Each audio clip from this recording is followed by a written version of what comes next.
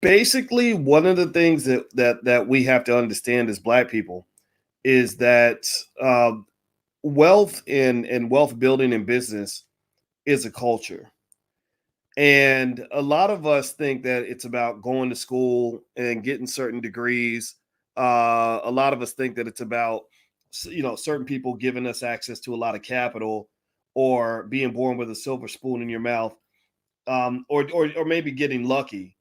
But really, it's about a culture. And so when you talk about the Black business mentality, and I thought about this, when Jabari invited me in to go to speak in Baltimore, which I'm honored to do. I want people to really understand that about 90% of all wealth is really psychological. It's very psychological. You can think of it a little bit like fitness, and losing weight. A lot of losing weight. When I used to be pretty big. I used to weigh way more than I weigh right now, and a big part of the reason that I weighed so much was because I'd been trained to eat all the wrong foods. I didn't think much about trying to lose weight. I didn't have the desire or tenacity to go out and exercise, and so it was all in my head. And so when I ended up actually losing weight, it wasn't the physical change that drove everything. It was the psychological change that drove the physical change. The physical adjustment was really a manifestation of decisions I'd made internally and psychologically. I'd made a decision to eat different food. I've made a decision to spend more time out exercising than I spent on the couch. I made a decision to do the things I needed to do in order to get healthy. And the same thing is really true when it comes to financial fitness or building wealth and things like that. It really is a mentality, and I think that's the number one thing I want people to walk away with tomorrow, or this weekend when I speak in Baltimore. So, for folks that don't know, Dr. Boyce is going to be at the garage, and that's located at 6 East Lafayette Avenue in Baltimore, Maryland, and it's going to be between 1 and 4 p.m. And I'm so honored to have Dr. Boyce Watkins with me. The first two people that show up will have free tickets courtesy of my business, which is RNA Movers, or you can call me 410-888-9311. Dr. Boyce, I know you've probably gone over this many times. What actually inspired you to look at the state of our Black economy and our culture, our people, and decide that this is something that needed to happen? Well, what drove me to start looking into the state of our people and what we needed to do economically was, like a lot of people, I got tired of I eventually you get tired of playing for the losing team. And you have certain types of people. You have some people that see a problem and they say, "Woo, that look at that problem over there." And then you have some people who complain about the problem and say something about it. Just say, "Oh, this is terrible. Look at what they're doing to us. They did it again." And then you have people that say, "Okay, let's get together and fix the problem." And I know that we have different personalities, in our community, and also there's a lot of victim training that we get early to sort of, and this is just society at large. You're trained to see the world as it is, accept it as it is, and to believe that it's futile to fight back to try to change anything. And I don't think I'm in that category. I'm in the category where I said, I know a little bit about wealth and finance. My PhD was in finance, so I understand wealth at the highest level. None of these rich white men or whomever, they don't know anything more about wealth than I do. I trained a lot of them to go to Wall Street and make money. And so I said, well, what would happen if we took, if we, dealt with some of this brain drain that we have? A lot of the reasons our problems don't get solved is because our smartest Black people are off working for somebody else. I saw when I was in academia, when I was teaching at Syracuse University for 13 years, I was fascinated by how many brilliant Black scholars I saw who had been practically enslaved by these universities. There was a lot of politics that basically said, look, if you speak out and you get too Black on us, you're not going to get tenured, you're going to lose your job. So that fear basically kept them away from their own community. Black people are scared of other Black people in many cases. There are a lot of Black people who are scared to be around Black people. And and so I saw this in academia and I said, okay, so this helps me understand the structure of the problem, because not only do you have, like, think of it like a forest fire. Not only do you have the forest fire and you have to investigate, look at how big the fire is, figure out where the fire started, but then you have to say, why is it that we have, 1,000 firemen across the street in the bar, and and none of them are going to actually put the fire out? So we have problems in our community. There are areas in our community where, to some extent, we're kind of on fire, so to speak, to use that analogy. And we have a lot of firefighters out here that I believe, if we came together, if we formed brain trusts, if we had think tanks, if we had people that dedicated our energy in a systematic way to solving these problems could be solved. And so I just said, I can't make everybody else do what I do, but I'm going to try to be that first firefighter that goes across the street and pulls out the water hose and tries to put the fire out. Now, I can't do it all by myself, but what occurred over time was, when we created the Black Business School, we have about 148,000 students worldwide now. We're 100% digital. We're going to get some buildings, but right now we're digital because that's all we could afford to do. We started forming these brain trusts, and I started finding literally dozens and dozens of really intelligent Black people in all areas of thought, from great therapists to help us deal with the trauma, people, the excellent health experts, people like Queen Afua and others, Nathaniel Jordan, the Minister of Wellness, people like that, financial experts all the way across the board, from Julian Gordon to guys who are experts in stocks and things like that. And we just started realizing these problems can be solved. You just have to come together and have a commitment to solving them.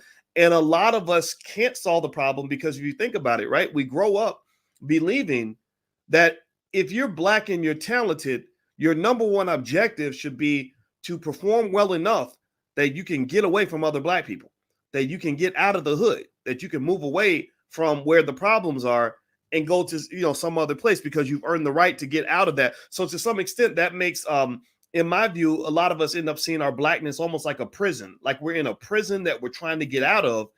And that right there is the wrong mentality. So when you talk about the Black business mentality, part of that mentality starts with going in the other direction. Like, what do you value? Where are you applying your energy? Where are you applying your talents?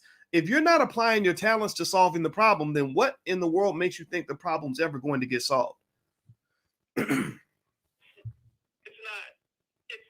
And you speak exactly. That's exactly what I did, and everybody else that I know. The thing is, you think that you've made it when you've been able to get out of the communities. But if you can remember, when you grew up, you did grow up with the local neighbor owning the corner store, and you knew the dentist and you knew the doctor. But maybe in some respects, we have to get back to that. Well, I do believe that there's something to be said about finding our future by going back to our past.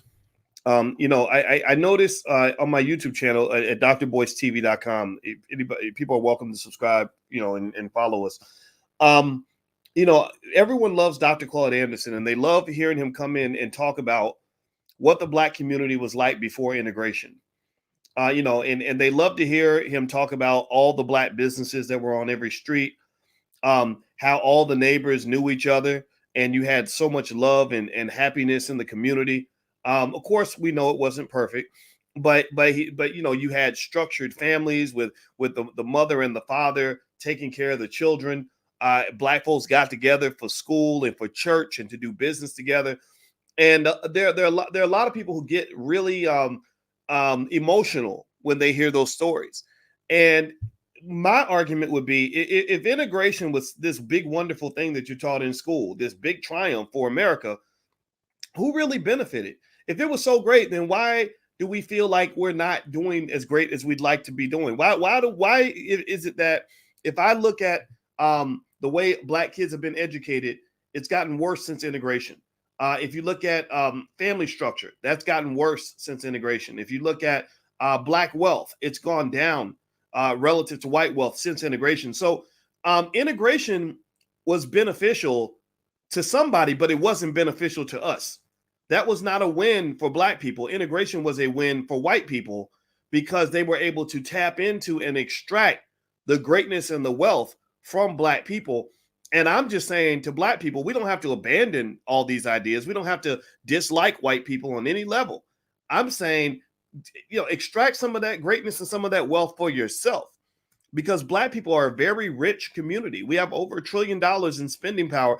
That's more than over 90% of all the countries on this planet. And so what has occurred, unfortunately, is that because we have the wrong mentality, I mean, since we're talking about black business mentality in Baltimore this week, and I want to focus on that mental aspect, your mentality has created a value system that has led you to see yourself as an accessory to white wealth, which is why you are not an accessory to the creation of black wealth. That in itself is rich. And I wanted to make one other point I thought about when you were saying that. I don't even think white people realize that they were tapping into black wealth. And I mean, I'm speaking about the people that did want integration. This worked out better for them than they could even imagine. Yeah, it really did. It really did. And I think if you look at the capitalist machine, let's just be clear: all white people are not created equal, right? So you've got poor, rich, and everything in between. So if I'm among the wealthy and I'm running these corporations and I'm looking for workers who can work for a low wage, well, if you supply me with more workers, then that works to my benefit, right? Because I've got more people competing for the same jobs. And if you look right now, for example, look around right now, a lot of companies are really struggling because they can't find workers, right? They're having to do all kinds of Amazon's paying. Yeah, Amazon's paying for people to go to college because they can't get workers. I was at the Cheesecake Factory. They said they had to cut off half the menu because they couldn't find workers for the restaurant. So finding workers is something that companies have always needed to do, because capitalism doesn't work if you don't have the people at the bottom that are making people at the top rich. That's why I'm not a believer in capitalism. I don't think capitalism is a healthy mindset, a healthy ideology. I believe in free markets to some extent, and I believe in business enterprise, but I don't believe in capitalism per se. With that said, a lot of the things that we identify as social movements, whether you talk about movements for women's rights or movements for immigration policy changes or movements for civil rights for black people to integrate black people, many of those movements, in my view, were probably driven by corporations that needed more workers. If I can get more black people integrated into the economic system, then I've got two things that I value. I've got more consumers for my products. I've got more workers for my companies. The reason corporations fund universities all across this country is because they're looking for more workers. So for black people, because again, let's go back to that word mentality. That's what we're talking about this weekend in Baltimore. Because we had that mentality that said that his ice is colder, and I want to be on the other side of town with him, right? All this goes back to slavery. Then we abandon our businesses, we abandon our capital bases so that we can get access to a couple of things that have been to our detriment to some extent overall. One is access to a college degree where we're going to go deep in debt and end up getting a certificate that allows us to go and work for one of their companies, right? So those are two things: the college education and the job began to supersede access to say a black education and building a black owned business or working for a black owned business, right? So if you look at the data now, what you'll see is that the number one driver for the racial wealth gap, that as it's been increasing, has actually been student loans, where millions of black people are going in debt to white-owned universities so they can get a certificate that gives them the ability to go work for another white man. That's a losing strategy. It doesn't mean college is bad. It doesn't mean you should be ashamed of working for white people. I'm not into all of that stuff. It just means that you need to incorporate some wealth building and some investing in that whole policy. So to summarize that with an analogy, if you get in the bathtub and you've done nothing but pour hot water in the bathtub, then you're going to burn yourself, right? So if somebody gets in that bathtub and they say, "Oh, I scalded my skin. This tub is so hot," it doesn't mean hot water is bad.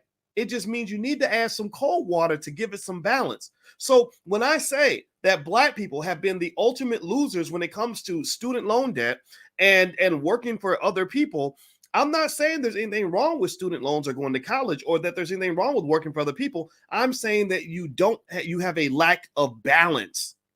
I hope that makes sense. You need to balance these strategies with strategies that involve ownership. You cannot measure yourself based on how much money you have. You measure your economic success based on what you own and what you can control. That's really important for Black people. Do you think they should learn this in the grade schools? And I noticed that, they seem to. I was having a conversation with someone, and they're really down on Black high school students right now because they feel like, to some extent, well, at least this person I was having a conversation with, they didn't have the intelligence of some of the other students that were more prepared in math and science areas. So do you think we need to be teaching wealth building tactics to younger children, perhaps even at grade school levels? Absolutely. Understanding wealth. See, people have to understand first and foremost that, when you're talking about building Black wealth, you're really not talking about just building wealth. You're really talking about building freedom. You're really talking about building power. You cannot have freedom and power in a capitalist society if you don't have access to some resources. And we've been put in the unfortunate position where we know the history. We know that so much of our wealth, so many of our resources were taken away from us. Yes, we know this story. That story is out now. Everyone knows about Black Wall Street. But now it's a matter of saying, how do we shift the culture so that our children are prepared for economic competition? Economics, I don't care what anybody says to anybody else. Economics is war. Ain't nobody gonna care about you. Nobody's here to take care of you. You have no true allies, really, if you're Black. America's been unfortunately trained to dislike you and to avoid you and to discriminate against you. That's probably not going to go away anytime soon. However, we see that with the Haitian refugees. Absolutely. The refugees have been welcome. The Haitians, I didn't even know they were there. Yeah, absolutely. At the Mexican border. Yeah, absolutely. I mean, that is a great, just example kind of right there in your face, right? And so with that said, here's the deal. Nobody's blocking us from having access to this information.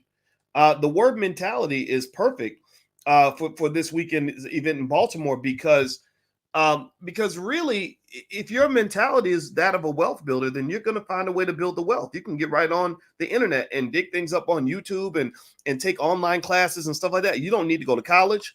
You don't need anybody to give you anything. You just have to give yourself the desire to want to go learn the things you need to know. So do I think it should be taught in grade school? Absolutely. I think that as a rite of passage, every Black child should own shares of stock as soon as they can.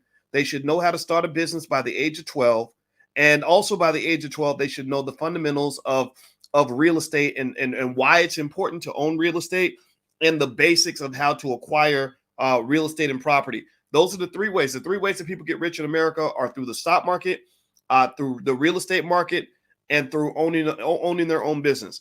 If we did that with, say, 1 million of our children right now in this generation and had our children, 1 million of them trained on those three areas on even a basic fundamental level, then by the year 2060, 2070, Black people would be one of the wealthiest groups of people on the planet. And that's something that I want people to really understand. I mean, we call that Project 2070 in the Black Business School because wealth isn't built in a generation. Now, if you look at a lot of these big corporations, these multi-billion-dollar companies, a lot of them started off with fewer resources than we have right now. The NFL started off with a few people that got together and said, let's form our own sports league. And the Chicago Bears were sold for $500. Now the Bears are worth $3 billion or something crazy like that. Right. So the question for us, going back to that word mentality, that's why I love the fact that Jabari titled the event in Baltimore, the Black Business Mentality. Mentality also reflects how deep is your vision? How much can you actually visualize that goes beyond what's in front of you? Because if all you can see is what's right in front of you, then you're going to see nothing. You're going to see devastation. You're going to see lost wealth. You're going to see lost possibility. You're going to see a lot of distress. But if you can visualize what the world would look like, I want everybody to take that time to do that. Try to imagine what the Black community would look like if we trained as many wealth builders as we train basketball and football players. What would the community look like if, as our core values, we simply told our children, go acquire everything you can, build as much wealth as you ethically can, invest as much as you can, delay gratification as much as you can, sacrifice in education as much as you can. And imagine how great we would be if we did that. So I think if you do that, if you establish that mentality, then what you can realize is that our job in this generation isn't to solve the whole problem. It is to plant the seed for the young people who will solve the problem. It is our children and grandchildren who are going to take it to the next level, because a lot of us are still fighting that slave mentality that we were raised with, but our kids don't have to inherit that poison that was given to us. Is there any avenue that you know of? Like right now, I'm not seeing a Black business directory, and I think about the story often when I go into Asian and Latin stores. They had a directory right there, but it's a Korean directory, so they support their own businesses. I don't know if it's their own food store, just whatever you go into. And I kind of don't see us. I know right now from listening to you that you have the Black Medium platform. Are you getting together the businesses so that we can really try to support and encourage each other in business? Yeah, well, every year there are more and more Black business directories that are being developed. I know Lene Javette has one. I also know that We Buy Black is out there. When you get online, a lot of business, especially with the pandemic, a lot of business is being done digitally now. So, anybody who really wants to support, I encourage you, first of all, to start at home. I mean, just, look around at your loved ones that are starting businesses. It used to be, I'm going to tell you, just to tell you how much progress we've been making. Just a decade ago, it was really hard to get Black folks to talk about economics. When I started doing this, people thought I was crazy because they thought I should be, sort of talking to white folks and talking to everybody. And they thought I was limiting myself by talking to Black people. But I said, look, I only care about, honestly, I only care about Black people. I can't, it's not that I hate anyone else. Those problems don't matter as much to me. And so I just did it, and it was tough. I mean, a lot of people didn't listen, and they thought it was kind of lame, but now everybody's doing it. Everybody's talking about wealth. Everybody's building businesses. Everybody's trying to invest. Everybody's creating side hustles. So people get it. And so when you see it happening around you, what I encourage everyone to do is to be a conscious, active participant in creating what I refer to as fertile economic soil. Again, which goes back to a mindset, right? Which says that if I see somebody that's in my circle that's looks like me, that's trying to get something off the ground, how can I help? What can I do to help? Maybe I don't want to buy your product. Maybe I think your product is stupid, and that's okay. But maybe I, can share your post on my Facebook page. Maybe I can connect you with some people who might need your product. Maybe if you're my sibling or something like that, maybe I can help you out somehow. Maybe give you access to some resources that you need. Whatever I can do, I can help. What you do not want to do, again, goes back to mentality. I'm gonna keep using that word mentality since that's what Jabari wants this event to be about. I'm going back to mentality because he's got me really thinking about how mentality is everything in all of this. So the mentality that you want to avoid is the one that I would say creates what you would call toxic economic soil. Toxic economic soil is that is the voice of what I call the Negro naysayer. The Negro naysayer is the person who finds a problem for every solution. A lot of us got people like that in our family who claim to love us, but they hate and destroy every great thing that we're trying to do. So when you say, look, hey, I'm gonna quit my job at UPS so I can go start my business, they say, well, why would you quit that good job? How are you gonna pay your bills? You can't get no health insurance. You don't know nothing about running no bakery. What are you doing, right? And so that negative, that negative voice is incredibly harmful. I mean, that energy is toxic. It aborts all possibilities and all dreams that you might have had. It creates self-doubt within you. A lot of us our biggest Negro naysayer, our biggest negative adversary actually lives inside our own soul. Like you look in the mirror and you're already saying negative things about yourself because even you don't feel like you're worthy. And then if you have people around you that literally are not just discouraging you in every way and trying to scare the hell out of you, they're also not helping you. Like they're literally reducing, like think about this. Every time, the reason a lot of our people don't become entrepreneurs is because entrepreneurship requires risk. Risk is like rolling a dice or flipping a coin. It can go in a lot of different directions. Risk has an upside, it has a downside. There are very few guarantees when you take a risk, right? So you're taking this chance, you're taking this plunge, and you know that it can go right or it can go wrong. And if you got people around you who are only talking about all the ways it can go wrong, that is not going to help you, because then what happens is, back to mentality, is it creates what psychologists refer to as a self-fulfilling prophecy. Because all you've done is focus on all the ways you might fail. Well, guess what's going to happen? You're going to fail. Because the minute something negative happens, the minute you lose money, the minute something messes up, the minute something doesn't go the way you thought it would, you're only going to see that as further validation and confirmation that you were not worthy in the first place, that it was a bad idea. You shouldn't have done it. You should have kept the job at UPS and played it safe. And that is a psychological and statistical fact. There is literally a branch of psychology called Bayesian analysis. And Bayesian analysis it's a mix between probability and psychology. And what it basically says is that that if you come into a situation where your preconceived beliefs are negative, and you have a preconception that you are not worthy and that you will not succeed, that you are effectively creating your own reality. And we have too many Negro naysayers who create their own reality, and it ends up being negative. And then at the end, they say, see, I knew I couldn't do it because I was just the lowly Negro. Or I knew you couldn't do it because you didn't know nothing about business anyway, right? Whereas optimists tend to see it in a different way. They say, look, I made a mistake. That means I got to do it different this time. I got to try it. Maybe I got to go left instead of right. Maybe I got to work a little bit harder next time. Maybe I have to talk to some people and figure it out. And that's the thing about entrepreneurship.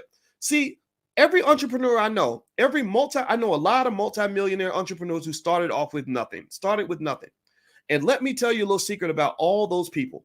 Every single one of them can tell you about stories where they had to try something 10,000 times before they could get it right. You're constantly tweaking, you're constantly messing up, things are constantly blowing up in your face. And the last thing you need in the back of your head is somebody constantly telling you that this latest mistake is nothing more than a confirmation that you're not worthy. That is a self-esteem problem. So this ain't about needing more economics classes or more finance classes or more business classes to be able to succeed. You need a self-esteem adjustment. That's what a lot of our people, you need to adjust your self-esteem, because if you do that, then you will take risk and you will not interpret a failure or a mistake as anything other than a temporary glitch. You won't see that as some sort of confirmation that you were never worthy in the first place. So there you go. I didn't mean to say so much, but I think that's important. I want to share this with you because I'm sure people validate you. But many, many, many moons ago, my husband and I were driving on a trip. He started a business, and I didn't want to quit my job. I listened to one of your tapes, and I did that because the health insurance. I'm not going to start a moving company with you. And for the longest, people were calling, can you move a chair or a sofa? And I'm like, by this time, we were moving buildings. So not that we didn't want to help people out. And I think I was making something like $25,000 a year, working somewhere, maybe 30. And it was one check that my husband bought to me after we started, really getting into the contracting aspect of our logistics company. And he said, see this check? We did this in 2 days, and that's what you worked all year for. And you need to find Dr. Boyce Watkins and tell him thank you. Wow! Oh my goodness! So I played a part in that. That is so great to hear. Oh my God, I'm flattered. We were driving down south from the Philadelphia area, and once you get down to the boonies, you get a little tired of hearing the lang-a-lang-a-lang. So he said, hey, let's just try to hit a YouTube tape. Let's just do this. Dr. Boyce and you got on there and you were talking, and you sound so radical at the time. And we had one of our white friends in the car, and it's like, boy, I know they're looking for that guy with a robe right now. And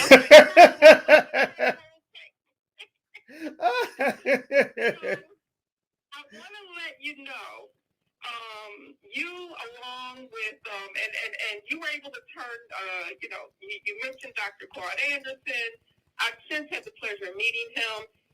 And when people say that they've never heard of you, you've been on the front lines a long time, sir. We are so blessed to have you, and your message is so needed in our community. Because of you, my whole family doesn't know anything but business.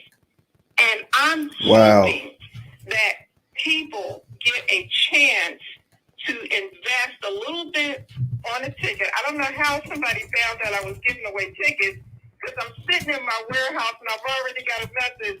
I want tickets to Boyce Watkins. But get in touch with Reality Speaks. I wish I had a phone number for Jabari, but I don't. At the Garage, Developing the Black Business Mentality, which is, again, folks, the Garage at 6 East Lafayette Avenue in Baltimore, Maryland. Dr. Boyce, I do not want you to get tired of giving this message, because you have changed the lives of so many people, and I need for you to know that. Wow. Well, you know what? I'm totally flattered, and to add to your point about the event in Baltimore, and I want Jabari to have a great event. I respect him so much. Conscious Heads, Reality Speaks. Guys like Jabari and Watoto from the Nile, that beautiful little group with those wonderful children. That's really, they represent the future. Like, they represent what we're gonna be one day. One day you're gonna have thousands of manifestations of what you see in Baltimore. I remember seeing the Black Wall Street that was developing in Baltimore, and that was the reason I didn't mention this, but I don't do a lot of speeches anymore. I don't travel a lot because I want to spend time with my family. But when Jabari called, I wanted to do it because I respect what is happening in Baltimore so much. I respect what Jabari is doing so much, because this ain't an easy fight. This is not a fight for weak people or for the faint of heart. We are the pioneers, we are the soldiers, we are the originators, and not everybody's ready for that life. A lot of people want to jump on whatever's shiny and new and bright and making all the money, and you have a lot of your people out here that are really getting down in the dirt and the mud and doing what's necessary to build for the next generation. So by the way, if anybody wants to actually get a ticket to the event, you can actually go to drboycebaltimore.com. We set up a URL. So drboycebaltimore.com is where people can actually get a pass to come to the event. But I really, this message is a message I don't get tired of delivering, because I believe in it with every ounce of my soul. I know, because I've seen it. I've just seen it too many times. I have seen people, that I've met around the world that would come up to me in the airport, and in the beginning, I know I'm crazy. I know I say stuff that turns some people off and makes some people mad, and that's okay. But because maybe I'm not the messenger for them. But you're not going to argue with me when I tell you that being Black in America, to some extent, is a little bit of a mess, and that what we've been doing to this point has not been working. Also, you're not going to argue with me when I tell you that everybody needs economic resources, and that your access to economic resources, or lack thereof, is heavily is going to have a heavy impact on your ability to be a free citizen in this country. You don't, if your money ain't right, you don't have freedom of speech. You barely have freedom of movement. You get up every day and you don't get to decide what you're going to do that day. Your boss does. And so what I would say to Black folks is that it's time for us to kind of tear the house down to some extent, rebuild everything. Go back and look at everything you were taught since you were a child, and just twist that a little bit for your children, wiggle that a little bit for your kids. Ask yourself, what are the things that a child needs to know in order to be a productive member of Black society, of the Black community. Because let's just be real, is it the white man's job to build a better Black man? No, it's not. Because again, I don't hate anybody. I know a lot of people think I hate white people because I'm not scared of them, but I don't hate anybody. I have a lot of friends that are white. As long as they don't mess with me, I don't mess with them. And so what I would say is that, look, it's not his job nor in his skill set to build a better Black man, because in his world, building a better Black man simply means making him into a white man, right? Like that's the best way he knows how to help you. So even your friends that are helping, even your so-called allies, aren't really helping you do the things that we need you to do as a Black person, right? So when you talk about building a better Black person, I think about some basic ideas, right? Quality of life tends to be measured in terms of health, wealth, and relationships. So if I'm building a better Black man, what do? I say, okay, I want to make sure that he's mentally healthy, that he can build healthy relationships with other Black people. He knows how to love and protect Black women and Black children. He honors Black women. He also knows who he is. So he's going to learn a lot of Black history, real Black history from Black people. And then also he's going to need to have financial security so that he can move freely in this society, which means that with my son, I'm going to teach my son about stocks, real estate, how to start his own business, so that when those windows of opportunity shut, he's not sort of stuck out here complaining about how hard it is to be Black. He's simply adjusting to the realities that exist around him. And if you do those basic things, then you can actually build better Black people. The problem that we have is that a lot of our people are trained. They don't know who they are. They're put in a system where you are trained to simply be a cog in the wheel of white supremacy. You are simply trained to contribute to existing systems that are out there, right? So first thing we do, we hand our child over to that big public school system. And we say, here, educate my child because I'm not smart enough to do it, right? That right there's a self-esteem issue, but whatever.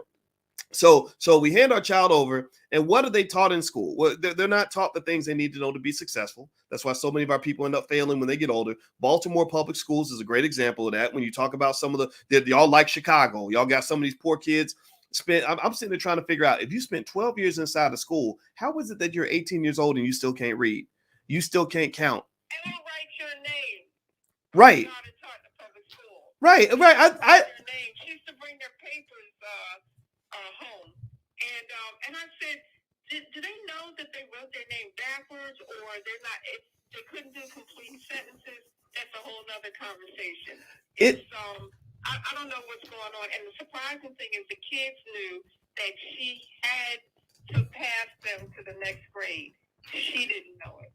Yeah, and I think that's kind of weird. Like I'm the guy who says, wait a minute, if you're in school, how many hours you're in school? About 8 hours a day. So that's about 40 hours a week. 40 hours a week, that's 2,000 hours a year over 12 years. Not 2,000 hours, let's say 1,500 a year, because they're not in school the whole year. 1,500 hours a year over 12 years. So what's that, about 100? Is that 15,000 hours or so? Maybe I'm getting the math wrong, but it's a long time, right? You're spending thousands and thousands and thousands of hours in this building, and it only takes a few hours to learn how to read, write, and count. So what are they doing with you in that building? And so I think that we have to question these things and literally understand that these systems are just not built for us and our children to be successful. That's it. And I really hope that other parents kind of understand that, because we are contributing to our own demise in many ways. America is built to turn you into a few things, right? It's built to turn you into a consumer so that the corporations can make more money. It's built to turn you into a laborer so the corporations can make more money. It's not so much built to add to the Black community, because none of these systems pours anything positive into the Black community that I can think of, right? Most systems I think about are things like the prison system, again, designed to make more money for other people by using Black labor. You have in a lot of neighborhoods, you have systems of sports systems, right? Designed to find Black boys that can play basketball and football to make money for the professional sports leagues. The school system is designed to train you and prepare you to go to a college so that you can go so deep in debt that you can never repay it. And then the college is designed to train you to go work for a corporation owned by a white person. So at what point in any of those systems is there any apparatus that is strategically designed to bring wealth into a black community? There is none, right? So given that we know that that's the case, it's critically important for us to say, okay, we have to reject some of these systems and build something better. And that's all I'm simply saying is build something better. It's amazing that they haven't done that already, and that the parents haven't just raised the roof off. It's something that clearly has to be changed. I don't even know if the private schools in this particular area are any better. But I want you to just take a few minutes as we're winding up on this hour, because time just flies so much, because I'm learning as I'm listening as well. I want the folks, and I know there's at least 30,000 people listening. How do they get to know about Dr. Boyce Watkins? Tell them how to get you on YouTube. What are your websites? What are your channels? How do they learn? How do they get into the Black Business School? Well, let's start by getting into the ecosystem. We do a lot over here for sure. Because we don't get a lot of we don't get like corporate support or anything else. So we do this. We have a team of Black folks that really love the community. And first thing I'd like to do is give everyone a free copy of my book. It's called "It Takes a Village to Raise the Bar," and it focuses on what I call the new paradigm for Black America, which centers around wealth, education, family, and community. And that book is available for free. I don't want anybody to pay for it. You can go to allblackeconomics.com. That's allblackeconomics.com. The second thing that people can do if they're interested in going deeper is the Black Business School. We have 148,000 students worldwide.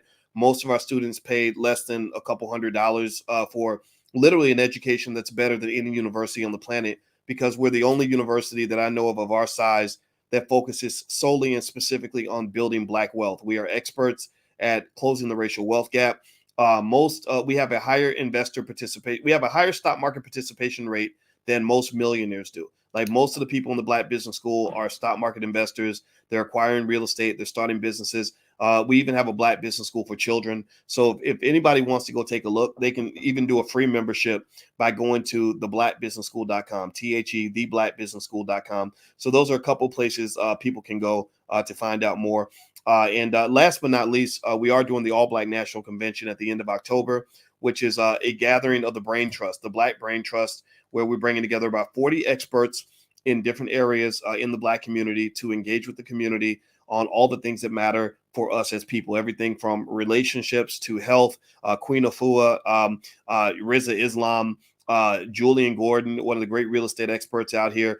Right now in the Black Business School, we just launched a commercial real estate acquisition program led by Herb Strather out of Detroit, who has done $2 billion worth of commercial real estate deals, $2 billion with a B. And so we're bringing together our talented 10th, meaning those people in the community who have the skill necessary for us to solve any problem that we have, because we believe Black people can do it. And so if anybody wants to come to the convention, it's going to be at the end of October, October 29th through November 1st in Orlando. You can go to allblacknationalconvention.com. That's allblacknationalconvention.com. Now, Dr. Boyce Watkins, I know that you haven't, we've talked about this ahead of time. People that just want to support you financially, what can they do? They're not going, they don't want to leave their house. They listen to these radio shows constantly. What can they do? Well, I will say that I think that that trade is a more effective business model than charity. So we don't ask for donations or anything like that. What we would like is to give you something in exchange for your money. So if somebody really loves us and really believes in what we're doing and really wants to back us up, because Lord knows we could use the support, because we're trying to buy property and land and do all kinds of. We're really too big for our britches. We're trying to do major corporation stuff, and we don't have that major money. But if somebody really wants to support us, if you go to theblackbusinessschool.com, there is an all access package where you can get access to everything in the entire Black Business School. And that would be something that would really help us a lot. So if somebody wants to do that, just go to theblackbusinessschool.com and sign up for a big package. Actually, if you go to allblackeducation.com, that's actually where you can get a 60% discount on the all access package, which would give you and your family a ton of access to a lot of things in the Black Business School. So that's allblackeducation.com if people want to go there. Wonderful. Dr. Boyce, I understand that you just got married recently, so shout out to Dr. Alicia Watkins, and I think that she's going to be a part of the All Black National Convention. So much congratulations on that. We look forward to hearing from her as well. And again, folks, I can't emphasize this enough. Dr. Boyce, because I follow him and he hasn't been here lately, he will be here tomorrow, Saturday, September 25th from 1 to 4 at the garage at 6 East Lafayette Avenue, Baltimore, Maryland, 21202. I'm going to try to attend. I will have some free tickets courtesy of our business, R&A Movers. We're a full-service logistics, storage, and warehouse company near BWI Airport in Maryland, and we appreciate this. So we'll have some tickets for you. We want Dr. Boyce's event sold out. We want to thank Dr. Jabari and Dr. Boyce. Thank you so much for taking this time to join us, and I look forward to meeting you again, because I've actually met you once, but I just thank you. So did you want to leave any closing words to our audience before you leave? Yeah, first of all, I want to say thank you for having me, and I'm really humbled by the kind words. I'm very excited about going back to Baltimore. I definitely want to make sure I give a complete shout out to Reality Speaks and Jabari Natur and Conscious Heads and that beautiful Black Wall Street that you have in Baltimore. I think Baltimore is one of the great cities in this country in terms of what our people are doing there. And also, I just want us to understand, like, Black people can do it. Don't put so much pressure on yourself and don't allow yourself to be psychologically manipulated by where you are to the point where you can't also see what you're becoming and where you're going. The reality is that empires aren't built in 2 weeks. It takes time. I did on one of my websites, I did a video recently where I explained how UPS, that major company that's worth hundreds of billions of dollars, was founded by two teenagers with bicycles. And nobody would ever have guessed that this company started about 100 years ago with two teenagers on a bike would now be worth about $163.1 billion. Nobody would have guessed that. Right. And so what I would say to everybody here is to understand that wealth is a team sport. It occurs across generations. So a lot of y'all out here have little tiny businesses that ain't making no money, raggedy as hell. You don't know what you're doing. You try to figure it all out. You don't have no support.